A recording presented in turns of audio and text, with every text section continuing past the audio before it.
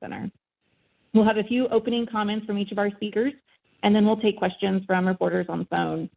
Reporters can enter *1 on your phone to be entered into the queue at any time. First, we'll hear from Jim Free. Jim.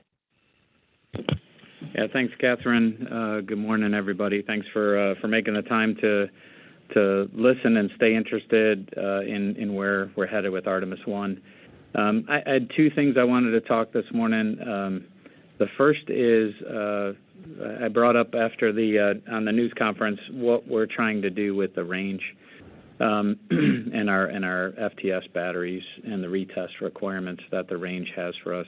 Well, I think there are some things that I probably didn't state clearly enough in the first one. I want to make sure everybody knows that the range has been a great partner in this for us.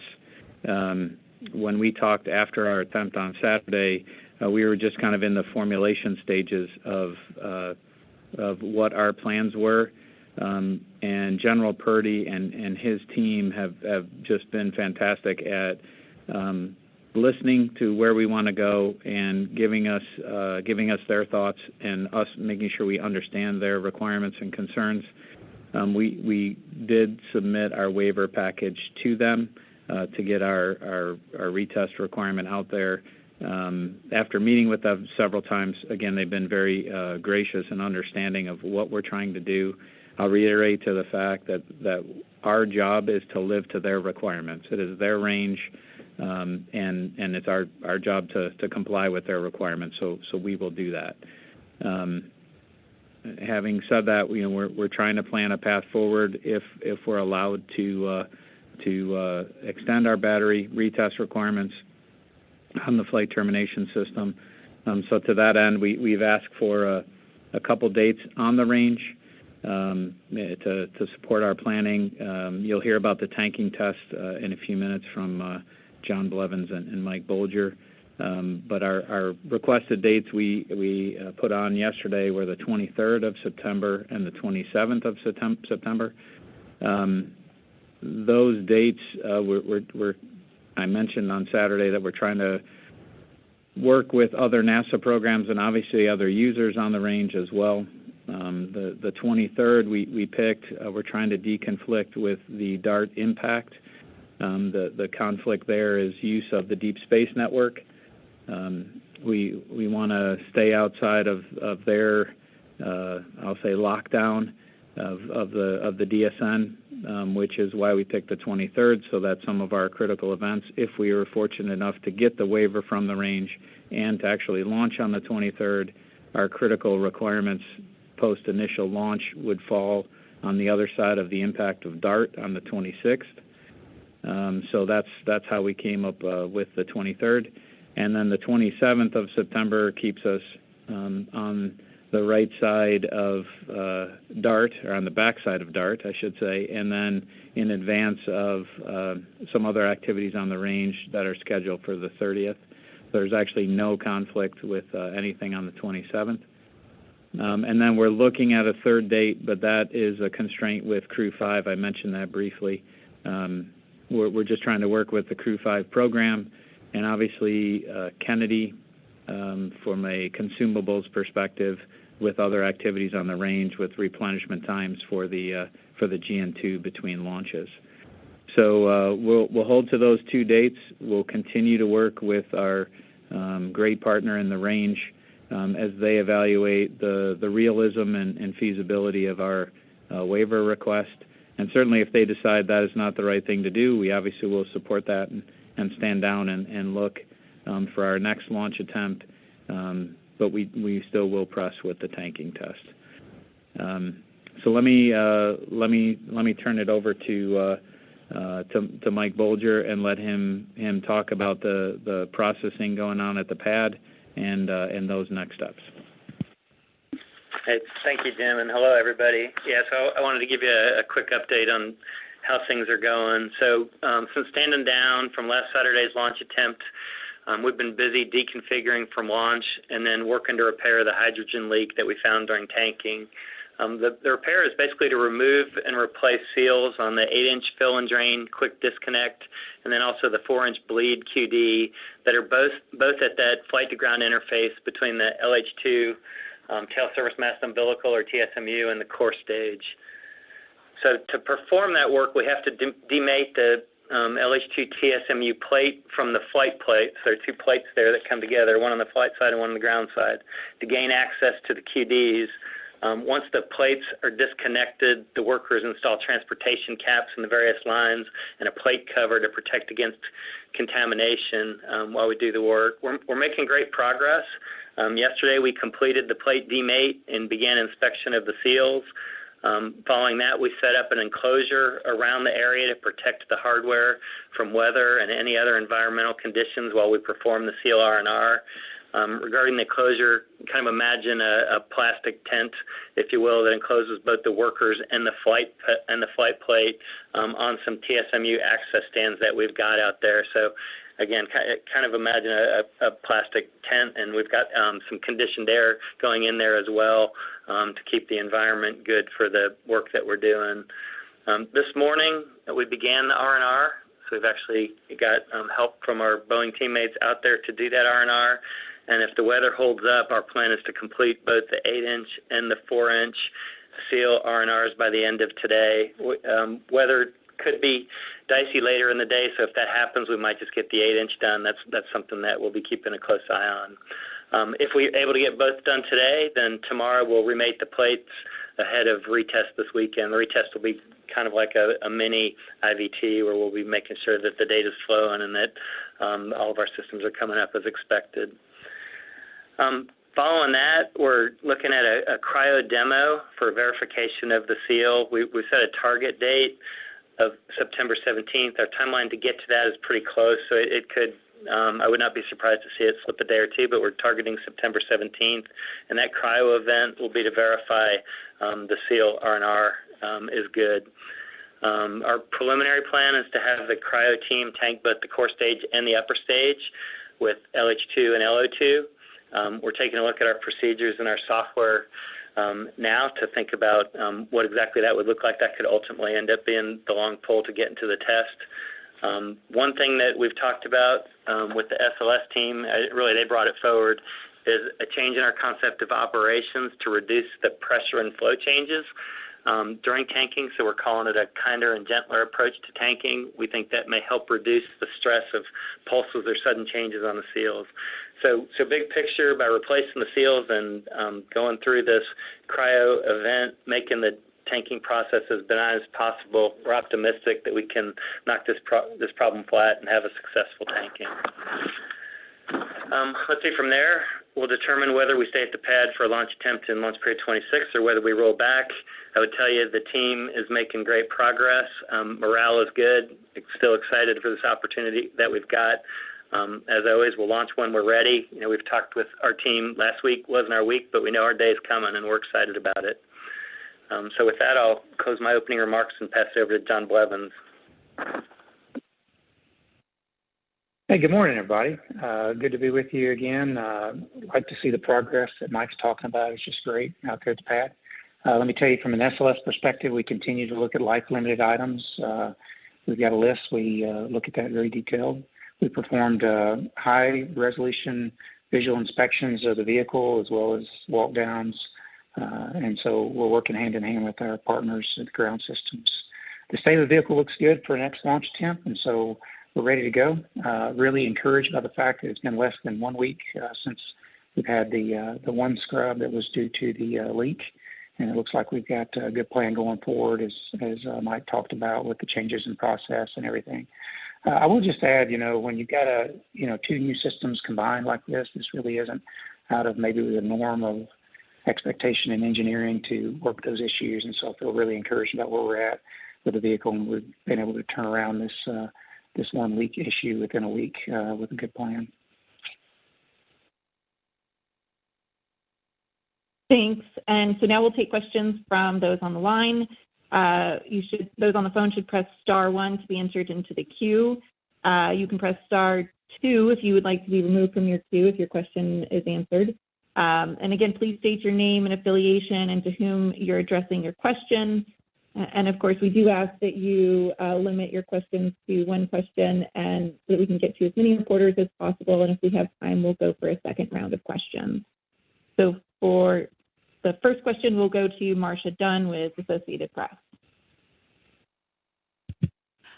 For Mr. Free, when do you expect to hear from the range regarding the waiver, and when do you need to hear from them in order to make late September? And it almost sounds like you're in a hurry to get this going. Why not just wait till October? What are the pros and cons about that? Thanks. Yeah, thanks, Marcia. We, as I said, kind of at the end of my remarks, you know, we're pressing for the tanking test. That's in our I guess the forefront for us. We're continuing to look for if the range has questions. Obviously, we'd like to hear from them, but we're following their process. So right now, we submitted the waiver, and we'll look to hear from them on any clarifications that they need from us. When we get closer to the tanking test, obviously we'll have to make a decision after that if we don't have a decision from the range. And then the third part of your question was why not just wait and go to the pros and cons about just waiting going to October. We need to get the tanking test done, and then we'll have to look at what is the realism and schedule for us for launch periods 27 and 28 based on what we learned from the tanking test and what the team would need to do to roll back if we haven't gotten that waiver from the range, and look at the impacts for 27 and 28. Thank you. Our next question is from Bill Harwood of CBS News. Hey, thanks. Bill Harwood here. I'm looking for a little detail on two topics. First, for John Blevins, where are the FTS batteries in question located in the rocket? Are they on one or both stages? And what's involved in testing or recertifying them if you have to? And I'm just wondering what data is available to base an extension on. And a quick follow, if I can. I'm sorry, Catherine. Can you give us an update on where we stand on the SRBs in terms of how long they can be stacked before you guys would have to take some action, and what the issues are there? Thanks. Hey, Bill. This is John Blevins. I might have all three of your questions out of the one question. First of all, there are FTS batteries that are on each system. So we do have FTS batteries that are on the ICPS. There are FTS batteries on the core stage. There are FTS batteries on the booster. The real heart of the system is the core stage. And so the batteries at question that we're talking about are core stage batteries. They are different than the other systems, and because of their size and mass, they're a little more prone to needing that retest evaluation due to crystal growth. And so ultimately, the batteries that you're really asking about, Bill, are core stage batteries. And so there are three. There's one for every command receiver decoder where you might receive a termination command from the ground and have that set up. And so those actually are kind of the heart of the overall system. And so those are the batteries at question to answer that question there in the core stage. As far as recertify them, I'm really not sure what you're asking, other than we do tests, and then we have battery replacement intervals for those tests. But what we do in conjunction with the range or with our partners there is we do end-to-end testing, right, all the components top to bottom to verify things. We do also monitor all of the systems while it's on the pad. So there's some monitoring that occurs passively while we're setting out the pad as well. As far as your question on the SRB stack life, we have for a long time, of course, worked with this material, and so there's numerous data that we can use to bring forward to show the risk, which is minimal, with additional stack life based on slump and other properties of the SRBs. And so we continue to do that to show the risk to the decision makers. That risk is very low, and so that's where we are with the SRB stack life. I think I caught all three of your questions, Bill. Thanks, John. Our next question is from Kristen Fisher of CNN. Hi, thank you all for taking my question. My question is about something that Mike Serafin said at the Saturday briefing after the second scrub. he described that inadvertent pressurization of the hydrogen line, and he mentioned at the time that he wasn't sure if that's what caused the hydrogen leak or not. Can you all explain now, do you know if that inadvertent pressurization, did that cause the hydrogen leak on Saturday? And if so, was that human error or computer error? Thank you. Let's see, this is Mike Bolger. Do y'all want me to take first crack at that one? Yeah, sure. Go ahead, Mike. Okay. So let's see, like Mike Serafin said Saturday, we did pressurize the system above the interface requirement that we have from SLS. However, we don't know if that pressure excursion had any effect on the QD. We're still doing that analysis. We know we didn't exceed the hardware design specifications, but we did overpress the system versus that ICD that we've got. So our engineering teams continue to evaluate what happened there. And I talked a little bit earlier about the updated ConOps, about us trying to have a kinder and gentler, if you will, loading process. One of the things that we're really talking about is avoiding pressure excursions. The only other thing I would say is that, after that, our management team apologized to that operator because we had made some manual procedure changes between the attempt on Monday and the attempt on Saturday. So where we normally relied on an automated sequence, we had folks doing some manual procedures, and we practiced it during the week, but they'd only had a couple chances. So we didn't, as a leadership team, put our operators in the best place we could have. We rely really heavily on our cryo team. They really are amazing at what they do. They deliver for us over and over, and I know that they're going to, again, for the next launch attempt. And I would just add, that's what really we're factoring into getting ready for the tanking test. Charlie Blackwell-Thompson, I keep asking her in meetings, like, hey, let's make sure we have enough time for your folks to be ready and practice the loading procedure. So it's front and center for us. And I said to the team, we all own the process, and Mike just hit on it well. This is all of us, especially us as leaders, and how far and how fast we're pushing the team. So it was, as far as I was concerned, everybody's finger was on that switch. Thank you. Our next question is from Irene Klotz of Aviation Week. Thanks, Catherine. Could you just clarify on the FTS if that is a replace or just a retest? And maybe another way of asking the question Bill was asking before is, what do your ground tests show that battery system is good for? Obviously, you already got from the 20 to the 25 days, but how far, just from the ground testing, does NASA think that can be accommodated? And also, what exact date did you put the waiver in? Thanks.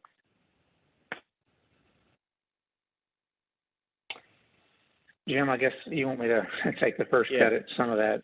That'd be great. So there are retest and replace requirements for any of these systems, right? They have a full useful life. The first one we've been talking about is the retest requirement, like when we go back and we evaluate the end-to-end system. There are useful lives of these batteries as well, so there is a replacement life to the batteries. In addition to the retest requirements, we don't bump up against that particular replace requirement within the waiver request. As far as the data, the range is responsible for public safety. And, certainly if we have our sample size of testing, we've got to show confidence beyond that. And that's their call on exactly what that confidence is. I don't want to get into the details of the testing, but we have used similar batteries for much longer than the request. And I say used, I mean tested for longer than the requested time under arduous conditions. But, ultimately they have to look at that from a statistical standpoint and make sure they believe the enclosure, the safety is supported with that. But, I'll just say, the test data shows considerable time beyond the requested waiver for the retest requirements. Once we get to the end of the life of that battery, we replace that battery, and that time isn't just yet. As far as submitting the waiver, we have talked to the range, and part of that is just understanding what they want us to include. There's a lot of things they need to consider. And so there's an initial talk, and we were able to achieve that shortly after the attempt that was scrubbed last Saturday. So I believe Tuesday morning I was in that call with him and several other engineers, and then we submitted the next day all the data that they need to take a look at. And then I think the formal format of that may have come out just this morning. So the last 3 days has been constant contact of working to make sure that we work with them, and we've done that before. And this isn't the first time that we work with the range. NASA has a long history of collaborative work with that group in order to achieve flights. So that gives you the timeline. I think that was the last bit of the question, Irene. Thank you. Our next question is from Micah Maidenberg from the Wall Street Journal. Hey, everybody. Good morning. Mike, you talked about the continuing work on the pressurization a couple of minutes ago. I'm just curious, have any other sort of theories or lines of inquiry emerged about what may have caused the leak on Saturday beyond sort of that pressurization, which has been described as a possible cause, if I'm not mistaken? Thanks. Yeah, sure. So the teams are still in the field doing the inspections. We'll get the seal out today, and we think we'll learn some more from that. The idea of the kinder, gentler approach is really based on experience, both in the way that Stennis does the green run tanking, and then also as we've reacted to leaks that we've had here at KSC, not just the event Saturday, but other leaks. We've noticed that when we temper the changes, we're better able to manage those leaks when we move more slowly. So we think it's a promising approach to dealing with the issues. Not necessarily going to say that this is endgame, but we think it's promising. And so, again, we're gonna work hard to really try to slow that down. One of the things that we're doing to help with that is we've got some prompts in our automated software where now, as we're kind of transitioning through the various phases of tanking, we can stop when we're going from chill down to slow fill or slow fill to fast fill, and just make sure that we think we've appropriately conditioned the interface and that we've appropriately conditioned the tank. So I wouldn't call it necessarily we're 100% certain this is going to solve the issues, but we do, based on the experience that we've had to date, feel confident that this ought to help us. And let me ask John Blevins if he had anything he wanted to add to that.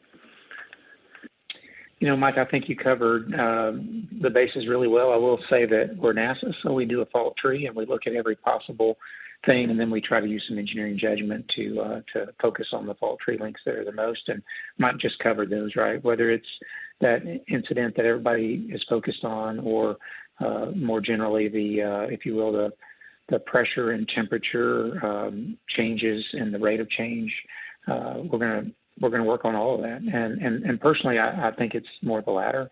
I think this is just a symptom of putting two new systems together and looking at the flow rate, the thermal mass of the systems, and the pressure changes. And now we have that witness. We have the data. We have the leak, and every time we put it together, we learn a little bit. And I think that kinder, gentler, I think that's a great way to refer to it.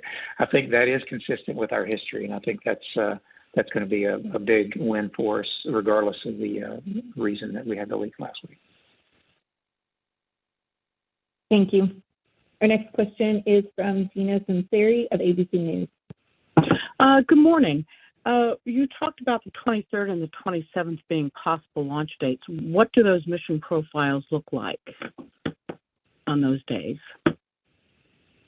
This is Jim Free. So the 23rd is a 6:47 a.m. window open for an 80-minute total window, and the 27th is an 11:37 a.m. Open to the window with a 70-minute duration. And how long would those missions last?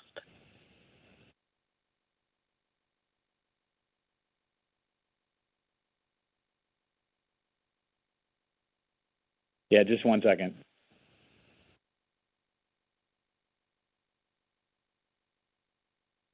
And so the 23rd, that would be landing on the 18th of October, and the 27th will land on the 5th of November. Thank you. Our next question is from Eric Berger of Ars Technica. Hi, thanks very much for doing this. Just a little bit more about the tanking test. Is that just the fill to like 8 to 10% that you talked about previously? Is it going to be a full tanking now that you're doing, including the ICPS, it appears? Or is this potentially even a full wet dress rehearsal? Just trying to get a better sense of what your plans are for the targeted 17th test. Thanks. Yeah. Hey, this is Mike Fulch. I'll take first crack at that one. So first of all, the team's still kind of putting the final details together, but the tentative plan that we're looking at is to do a full tanking of both core stage and upper stage. So, through slow fill, through fast fill, through replenish, and so basically that would be not to the wet dress standpoint where we're trying to count down through a terminal count. We're really just trying to prove that we've got a good seal, and so we think this is a good opportunity for us to do it. And given as much setup time as it takes to get into a cryo event like this, it made sense for us to go ahead and practice, again, both core stage and upper stage. It's also simpler for us from the standpoint of less changes to our procedures and less changes to our software. And so, there's a lot of good about it. But like I said, it's not a final verdict, but that looks like where it's headed. That's our tentative plan. Thank you. Our next question is from Ken Chang of New York Times. Hi, thank you. Just wondering, are there limits to how many times the rocket can be rolled to and from the VAB? And going forward, so what components will be showing as lifetime limited first? Thank you. Yeah, this is John Blevins, Ken. I'll take a cut at that to try to explain it well. Certainly, everything on the rocket has some life on it, but when you roll back and forth, and we tend to protect against rolls back and forth, those are complex and that they're kind of fatigue and fracture calculations. It is a very thorough and conservative process. Let me tell you how we got to where we are. What we did is we took originally historic data, right? The first rollout of this vehicle really wasn't so long ago, but you were building it, you were designing it earlier. And so, what you do is you take the information you think you got and you add a little factor to it and you go analyze that. And so what we did, since we have the same crawler transporter, but we have similar to some other heritage events, we took not just shuttle rolls, but we took empty rolls of the crawler transporter or partial stacks. And when you add mass to that crawler transport, you actually attenuate some of that vibration. And so we combined all of that, though, as a spectra, and we give that to the different elements and programs. And then we go in and we try to design the hardware to be certified to a certain number of rolls. Certainly this particular first flight hardware we've asked a little bit more of than we plan on asking out of future flight hardware. But as far as the certification, initial certification was to a certain level that we have not exceeded. We also measured our vehicle rollout when we roll out the first time, I believe it was March 17th. And we had that fully instrumented. And in fact, I had the privilege of walking with the rocket while our loads team was monitoring that info, and we were passing data back and forth to Charlie during that roll, and we hit different speeds. And so that rollout itself was a great test to the system. And so we have that data. The different elements and different parts of the rocket are certified to different levels of rolls. We have not exceeded those, nor will we exceed those if we have to roll back and come back. In addition to that comment, I would like to say, just as far as the process goes, there's not a real known cliff here, right? What you do is you calculate how many rolls that you think you can sustain, if you will, from the critical parts. And then you basically divide that number by 4 so that you can have 4 lives, so that you can have margin to that. And so that's why when we talk about rolls, we want to protect against them because they are an event. They're a broad event. They affect virtually everything on the rocket. There's other factors that play in, Ken, like for instance, we've got to assume a wind when we roll, right? And so what we assume is that we might be rolling back from even, say, a tropical event. And so we estimate the winds to be in the 47 type knot range at the 60-foot level. And so there's a lot of embedded analysis to cover events, and most of those events have not occurred, and we'd have to go back and do a lot of detailed calculations to give a specific number. If we wanted to say clear it for a lot of additional roles, that would be a lot of work to do that, and it would be constrained by what we assume those events to be, whether those rollbacks are during tropical events or whether they're on more benign winds, which is what we've experienced currently today. And certainly those experiences today help add extra life to the vehicle as well. But to answer your question, you asked what would have to be changed. Every element has something different, and it's really about the frequencies at which you roll. And so those do change with the events. And so it'd really be speculative to give you some bolt or some one single component that had to be changed, because if we did go back and we assessed that beyond our certified limit, we'd be looking at the spectra that we have realized and at that time doing the detailed calculations of what we felt was necessary to go in and inspect and either inspect or replace. Let me just add that I do feel confident the vehicle is in good shape, right? And if we need to use rolls, as Mr. Free said, going back, we're going to use rolls. It's something that as the chief engineer I protect against. Everybody in this call has probably heard me say that, just because it is an event for the vehicle that does add just routine wear and tear, and I don't want to do that. And hopefully, Ken, that answered enough of your question.